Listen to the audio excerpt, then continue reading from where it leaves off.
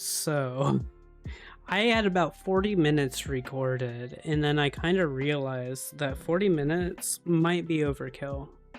So I'm gonna start this over again. First of all, I want to preface that there are so many things that still need polishing, and there are so many things that are just placeholders still in the Act Zero scenes, zones.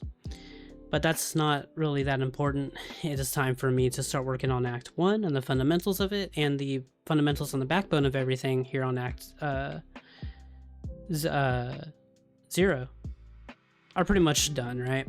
There's like some like this blanket, for example. She doesn't need to be there. But anyway, so I guess while we're here at the hub, I should have a donut on me. Okay, I have a partially eaten donut. Can I eat? So that's cool. That's gonna be I'm gonna test the save system because I have a different save system than I used to, than I originally had, where it was kind of like you would pick something up and then it would erase a event, and then it would spawn a new event from a different map. And that new event would be the permasave. But now I'm just doing it as switches on the event itself. So we're gonna test that out right now, after we get out of this little area, this little hub. But before we do any of that, I want to show you. Yes, we have evolved the shading of Lamb here, but also when you look at her butt, it's only when you look at her butt, her face goes down like that, and it says, "Release your gaze from my rear." Otherwise, it just does the usual stuff, where it says face my divinity. So that's it for that. So we're gonna get out of here real quick, because the main thing I want to do first is test the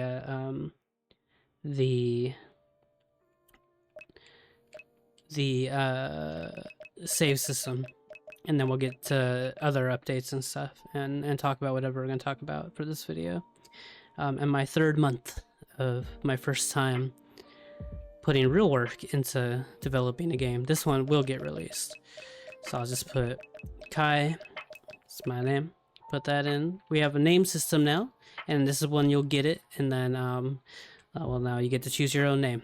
Give a little bit of personalization into it, you know what I mean? I feel like we could tread on that a little bit, even though it's very story heavy in the way of like Clair Obscur.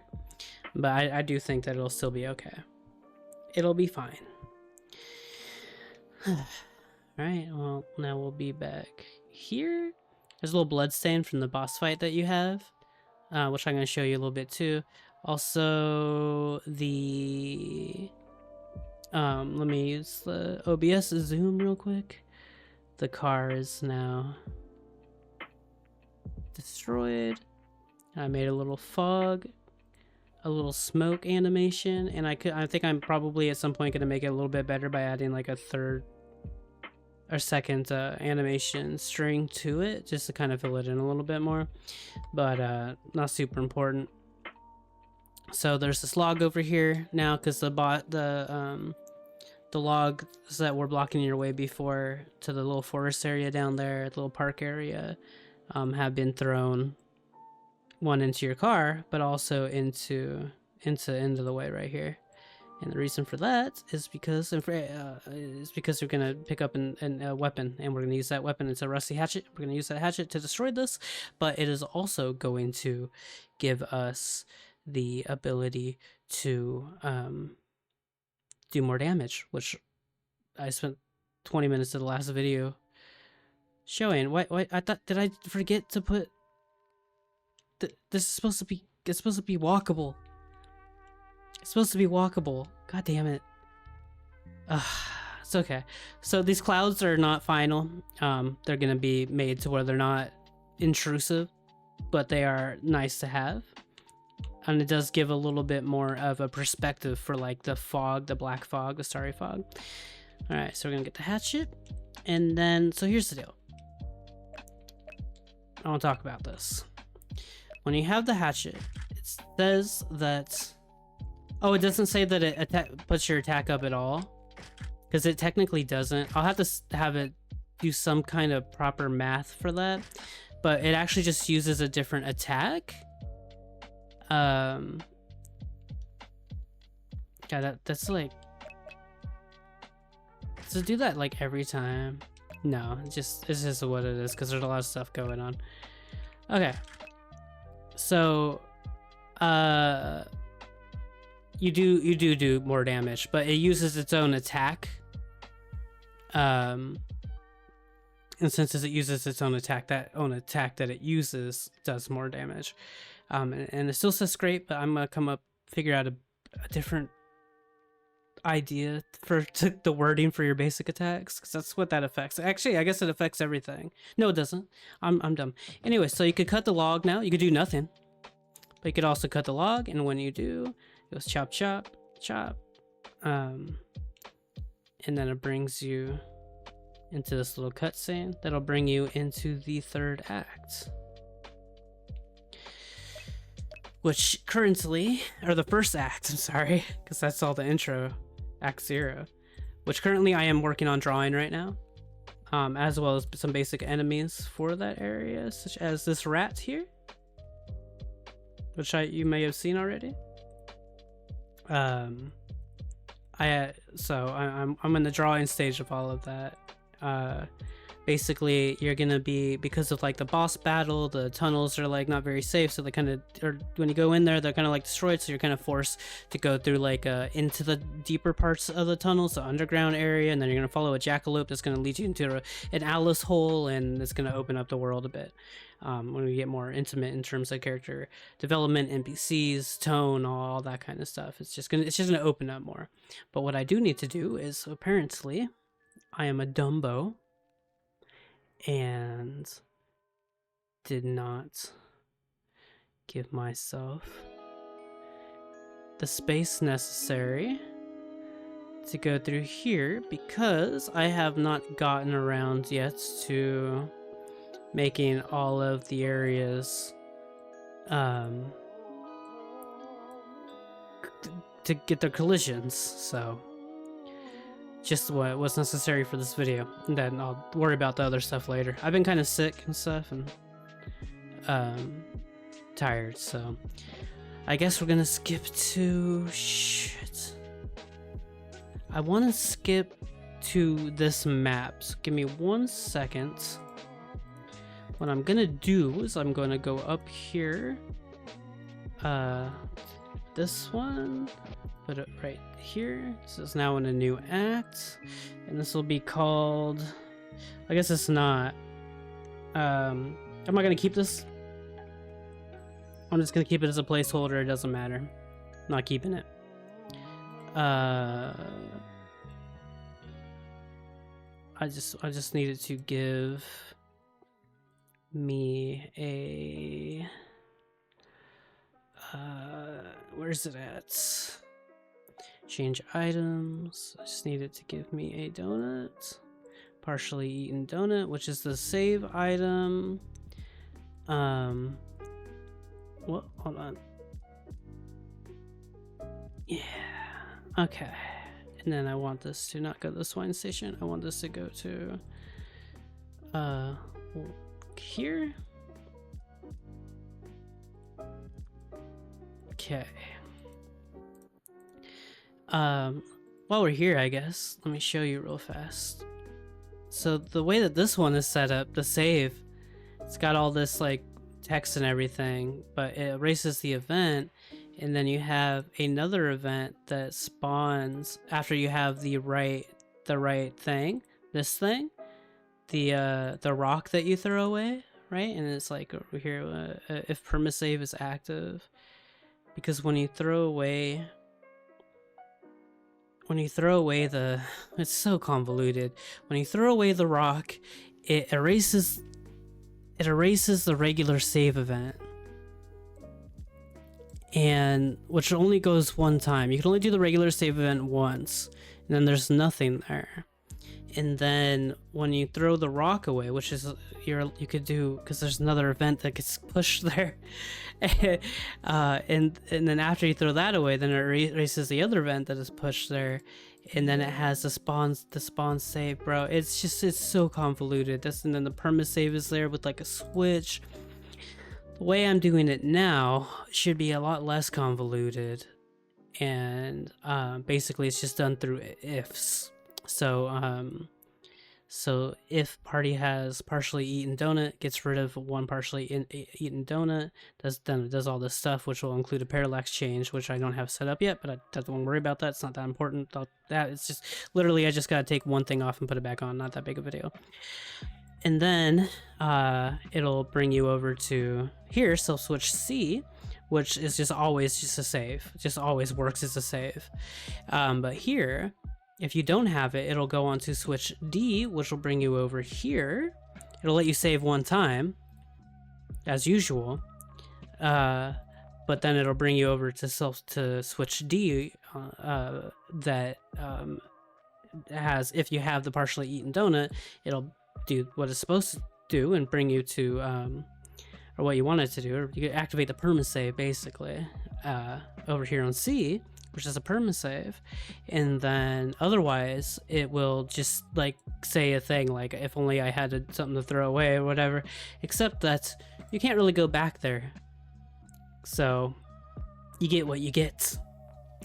That's part of using the save system as a way of adding some level of difficulty and weight to the game and decisions in the game, which I know isn't necessarily going to be everybody's cup of tea, but I'm okay with it. So we're just going to test that real fast to make sure that that works, and then talk about whatever else there is to talk about. I don't really know. I'm not sure what else there is to talk about. The animations are cool. Like, that's cool.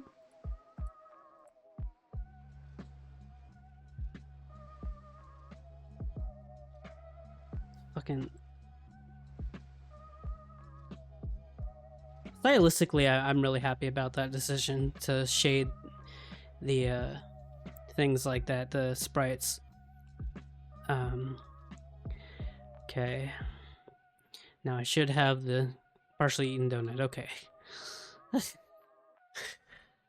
Now it should allow me to throw away text, and then yeah, it'll do that, and then I could save every time, and I had to put the little thing there, the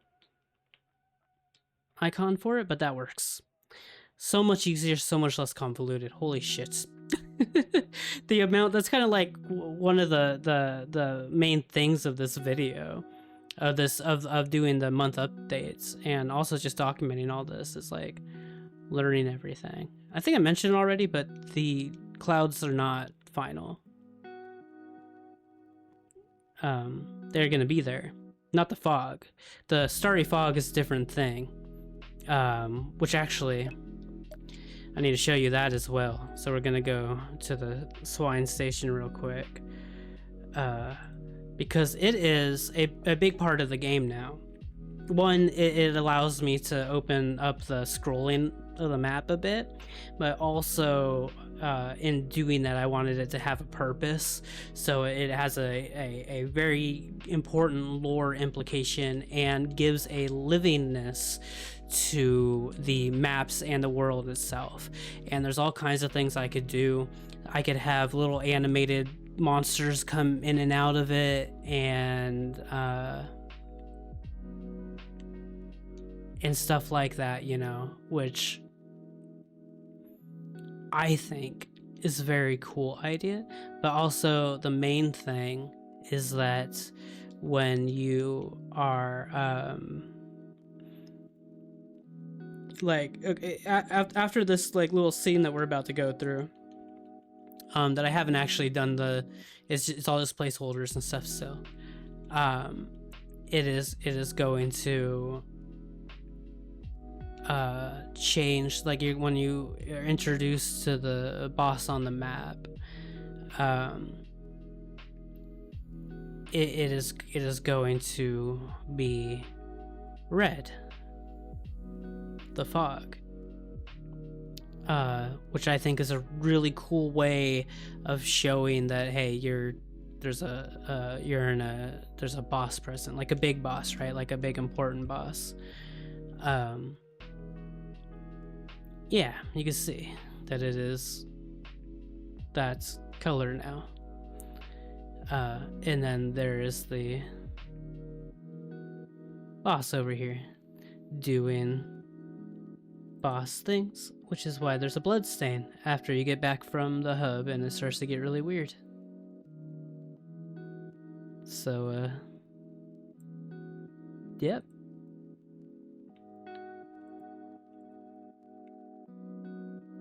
Yep. I do need to elongate the limbs and everything for this, but and I need to do something about that too. But let's see, what else would there be? I mean, there's some like design changes and everything or not changes really, just like updates.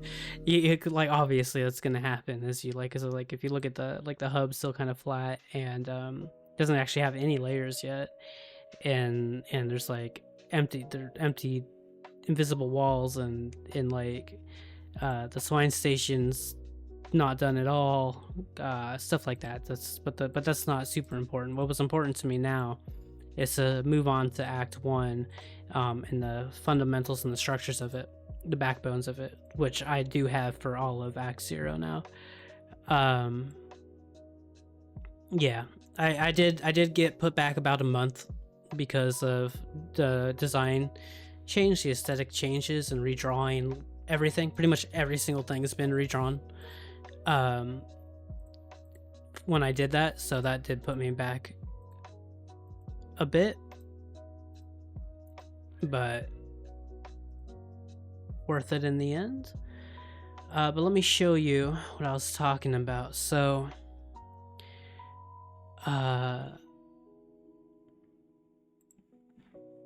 skills.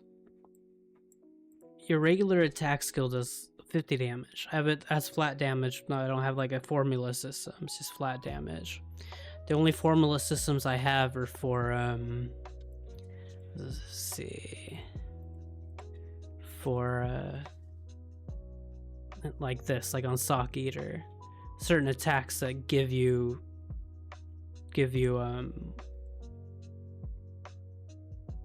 things.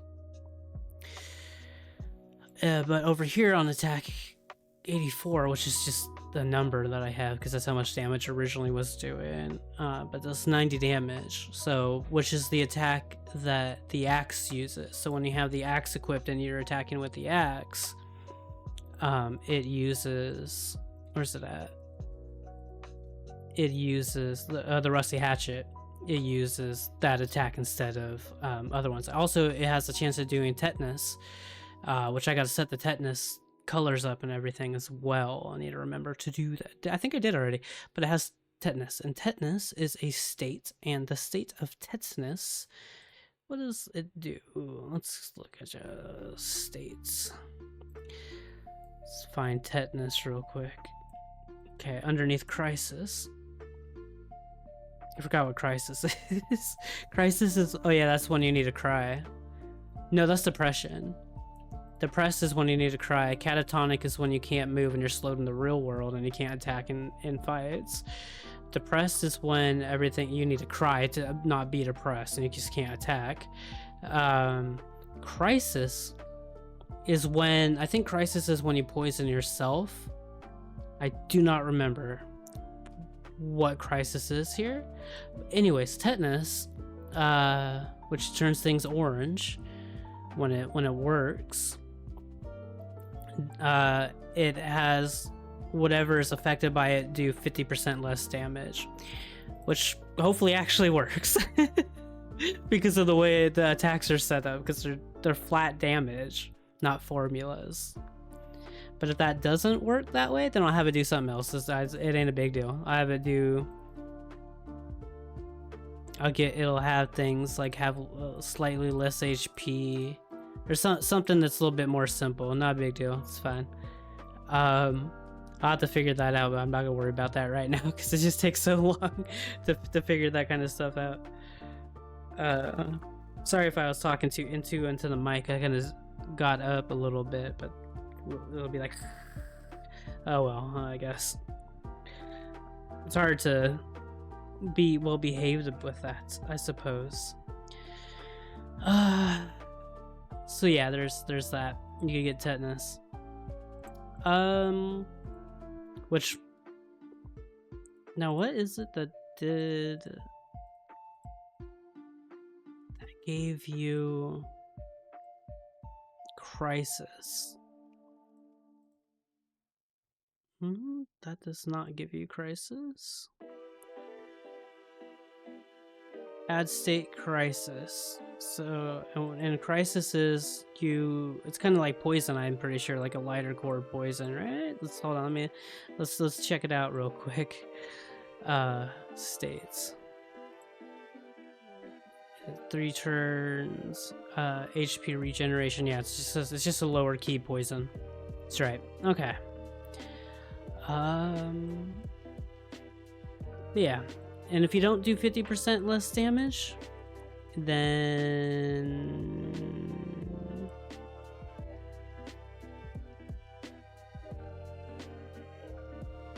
I don't know. I'll figure it out. I'll add something else. It's really, there's all kinds of fun, cool things that you could do to for me that I could do to work around that. I'd rather have a flat, simple, easy to read numbers than I worry about parameter percentages and all kinds of shit like that. You don't level up in the game anyways. I like the direction, but it does mean that sometimes I might need to do things a little bit differently than one might expect. You know what I mean? But it's okay. That's how I'm choosing to do this. Is how I want to do this. I think that's it. I showed you the rat. This is a basic enemy that you're gonna come across. One of the first basic enemies, because Johnson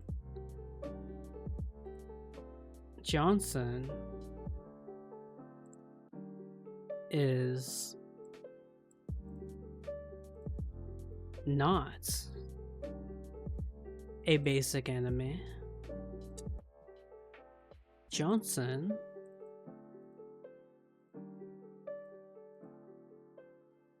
is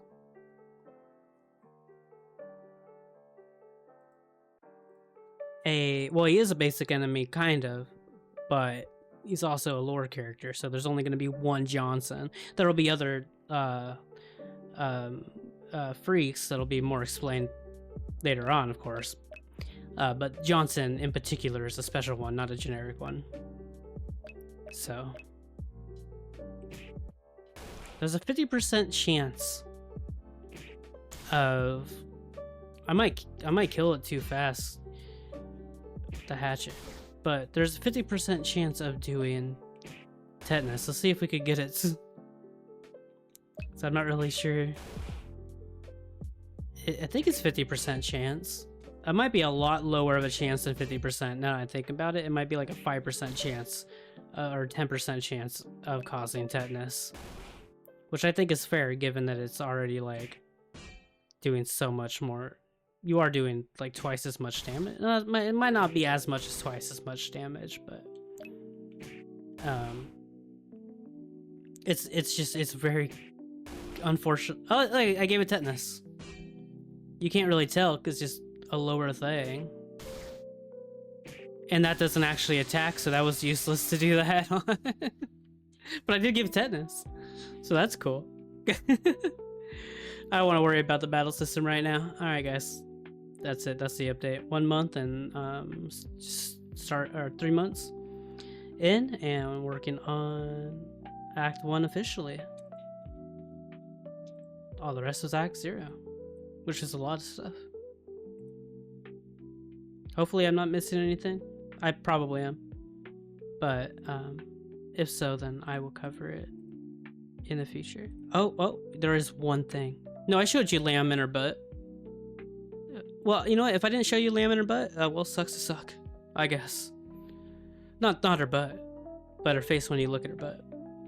Anyways, bye.